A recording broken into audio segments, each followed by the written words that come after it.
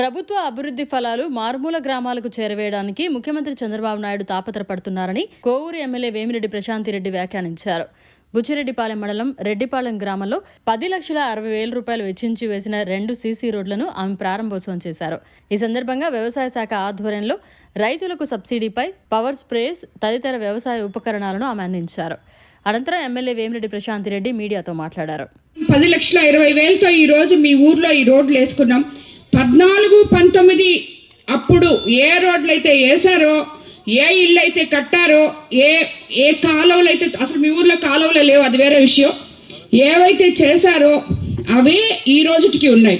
అదేవిధంగా మీ గ్రామస్తులకి నేను ఈరోజు మాటిస్తున్నాను, పొలాలు 1B నుంచి గల్లంతయ్యాయి, దీంతో రైతులు క్రాప్ లోన్స్లోకి వెళ్ళలేకపోతున్నారు అని చెప్పే అతి పెద్ద సమస్య చెప్పారు.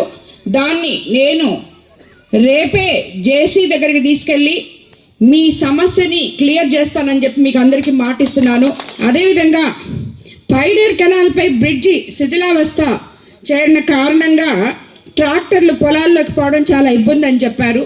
ఇది ఇరిగేషన్లో పెట్టించి ఈ బ్రిడ్జ్ని ఇమీడియట్గా మనం స్టార్ట్ చేసే విధంగా చూస్తాం. అది కాకపోతే ఏ ఫండ్లో అయినా సరే పెట్టి మీకు ఆ బ్రిడ్జ్ కూడా చేయించిస్తామని చెప్పి నేను మీకు అందరికీ మాటిస్తున్నాను.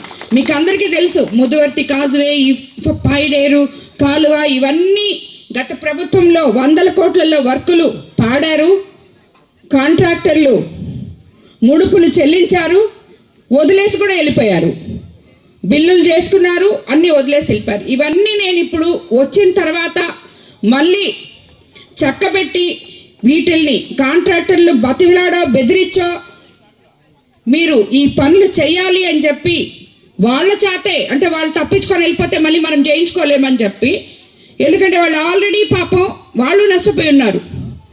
ఎమ్మెల్యేలకి విపరీతంగా డబ్బులు ఇచ్చేశారు, పనేమో ఆగిపోయింది, బిల్లులేమో చేసేసుకున్నారు, ఆ బిల్లులు రాలేదు వాళ్ళకి.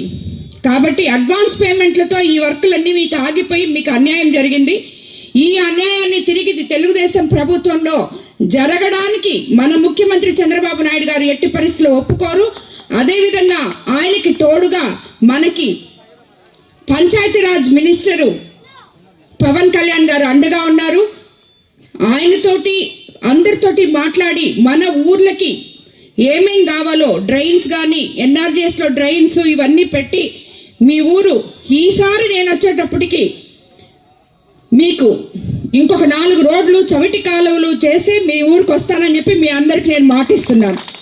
అదేవిధంగా ఈ లోపల జేసీ అంటే గవర్నమెంట్లో ఇది చేసేదానికి ఒక ప్రొసీజర్ ఉంటుంది, దాని ప్రకారం చేస్తారు. ఈ లోపల ఎవరికైనా లోన్స్కి సర్టిఫికేట్ కావాలంటే ఎంఆర్ఓ గారి దగ్గరికి వెళ్తే ఎంఆర్ఓ గారు రాసిస్తారు.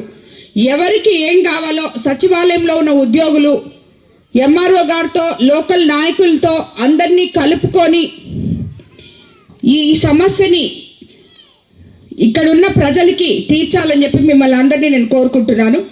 మరిన్ని అప్డేట్స్ కోసం మన HN9 టీవీ ఛానల్ని సబ్స్క్రైబ్ చేసుకోండి.